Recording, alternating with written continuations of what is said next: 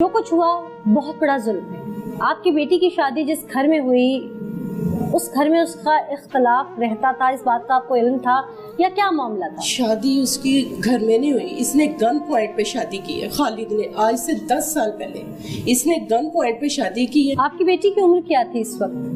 इस वक्त 32 साल। 32 साल? हाँ जी। यानी कि जब उसकी शादी हुई वो 22 साल की थी। 22 साल की तो यकीनन उनको ना दुनिया की समझ होगी ना। इसने उसको ऐसे वर्गलाया। कहाँ वर्गलाया? हॉस्पिटल में। जॉब करती थी वो? जॉब करती थी। 10 साल से इसी हॉस्पिटल में थी। क्योंकि हम तो बड़े गरीब से हैं, तो हम जॉब के लिए मेरी बेटी गई थी, इसने उसको वर्गलाया। फिर इसने गन पॉइंट पे निकाह किया। जिसने इसका निकाह करवाया था ना वो इसका वकील था। झूठा निकाह करवाया, झूठे तब उसका शनाख्ती कार्ड भी नहीं बना था जब इसने उससे निकाह किया। उसके बाद हमें 5-6 साल नहीं पता लगा। 3 साल से जब मुझे पता लगा ना तो ये हमारे घर आया था रिवॉल्वर लेके। इसने मेरे बेटे को, मुझे और मेरी बेटी को बहुत मारा। क्यों?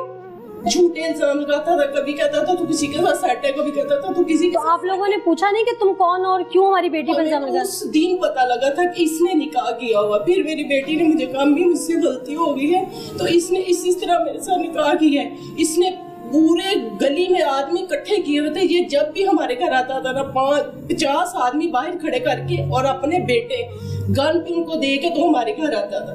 तो कहता था अगर आप लोगों ने किसी से कुछ कहा तो मैं आप सबको एक एक करके गोली मारूंगा। फिर इसने आए दिन मेरी बेटी को टॉर्चर करना, सारी 12-12 बजे तक इसने अपने ऑफिस में खड़े करना।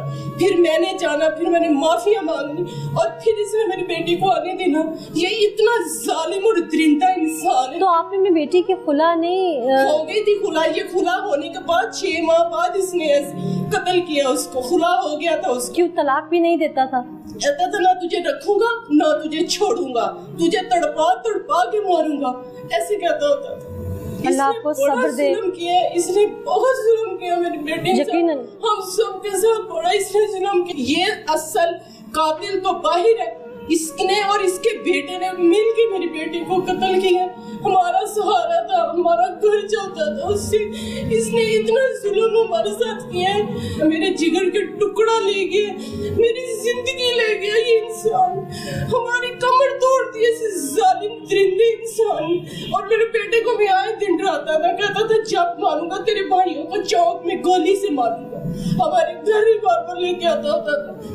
और ये हमारे साथ इस तरह इसने जुल्म किया है ना कि बस मैं चाहती हूँ कि हमें इंसाफ मिलना चाहिए। यकीनन आपको इंसाफ की हकदार हैं और अल्लाह सब्र दे। आप साथ थे उस दिन? जी मैं साथ। क्या हुआ था उस वक्त, जरा कुछ बताइए। हम घर से कुछ ही फासले पे थे कि पीछे से एक बाइक आई है, उन्होंने एक फायर किया और वो चले गए हैं। जब मैंने इस तरफ देखा तो मेरी बहन नीचे जमीन पे गिरी पड़ी थी। 6-7 दिन हमने हॉस्पिटल जना में उसको एडमिट रखा है। कहाँ गोली लगी थी? उसके सर पे, पीछे से सर पे गोली लगने के बाद भी 7 दिन तक वो जिंदा रही? जी बिल्कुल। वेंटिलेटर पे जना हॉस्पिटल में न्यूरो सर्जरी वार्ड में वो एडमिट रही है। अल्लाह आप लोगों को सब्र दे जी। हम आप लोगों के लिए बार बार अपील करेंगे कि इस फैमिली को इंसाफ दिलवाया जा सके और इसमें जो जो शामिल है उन्हें कैफिर किरदार तक पहुंचाया जा सके। अब मेन एक्यूज की जानिब जाते हैं, उसके मुंह से सुनवाते हैं कि आखिर ये सब कैसे हुआ, उनकी रेकी कैसे थी और टारगेट किया गया कहाँ पे किया गया, रिवॉल्वर कहाँ से लिया, सब कुछ अपने नाज़रीन के आगे रखें। मेरे साथ इस वक्त कुछ अहले इलाका मौजूद है, इनसे जानते हैं कि असल मामला क्या था। अस्सलाम वालेकुम जी।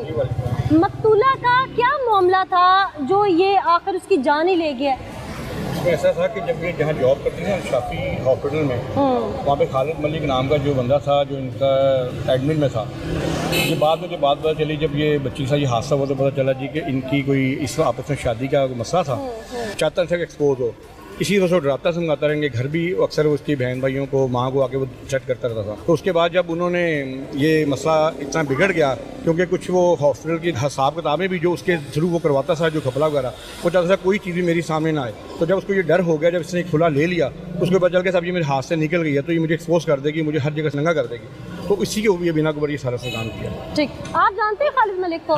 किस तरह का आदमी है ये? बस करप्ट आदमी है सारा। अच्छा। हाँ जी, पुलिस डिपार्टमेंट में इसका अच्छा खासा तल्लक है। अच्छा, मरने तो वाली ताल्लुक का मकतूला, मतलब क्या है कि किसी को कत्ल करवा दिया जाए? मरने वाली की रिकॉर्डिंग है, हाँ। सुनी है मैंने। वो कहते हैं, बताती है कि ये सीआईडी देखता रहा, तो प्रोग्राम ऐसे देखता, कहता होता था कि मैं तुम्हें बीच चौक में मरवाऊंगा। फिर वो एक जगह रिकॉर्डिंग में अपनी बताती है इसके साथ गुफ्तगू में, उसमें कहती है कि जो है ना, पहले खालिद तुम मुझे कहते थे कि मैं तुम्हें बीच में चौक मारूंगा, अब तुम कहते हो तुम किसी से मरवाऊंगा। वो मैंने बिल्कुल सुनी है हाँ जी। रिकॉर्डिंग। अच्छा मुझे बताइएगा, मकतूला कैसी लड़की थी और इसकी फैमिली कैसी थी? अच्छी फैमिली है जी, घरेलू फैमिली है, गरीब लोग थे, तो इसने उसका गरीबी का ना नजायज फायदा उठाया, उससे जो है ना खुफिया उससे शादी की, ब्लैकमेल करता रहा। हर रिकॉर्डिंग में वो बताती है कि तुमने धोखे से मेरे से शादी की। उससे इंसाफ मिलना चाहिए। वज़ीर आज़म से अपील है कि उसकी फैमिली को इंसाफ मिलना चाहिए। मिलना चाहिए। और आप बार बार एक रिकॉर्डिंग का जिक्र कर रहे हैं, तो मैं अपने नाज़रीन के सामने भी वो रिकॉर्डिंग रखती चलूँ कि वो रिकॉर्डिंग है क्या। आइए सुनते हैं। हेलो, हाँ खालिद, मैं ना अभी बैठे बैठे लेटे लेटे, क्योंकि मेरा दिमाग चलता रहता है ना, तुमने मुझे इस कदर ज़हनी तौर पे मफलूज कर दिया हुआ है कि मुझे समझ ही नहीं आती। अभी ना मैं सोच रही थी, तुमने ना अब एक पहले ये डायलॉग पकड़ा था, तुम मेरे हाथों मरोगी, तुम मेरे हाथों मरोगी, मैं तुम्हें मारूंगा चौक में, कभी कभी किस जगह, ये सारी उम्र कहते आए हो। अब तुमने कहना शुरू कर दिया मैं नहीं तुम्हें मारूंगा, मैं नहीं तुम्हें मारूंगा, मैं नहीं तुम्हें मारूंगा। यानी कि अब ये काम अपने किसी दोस्त यार से कराने का इरादा है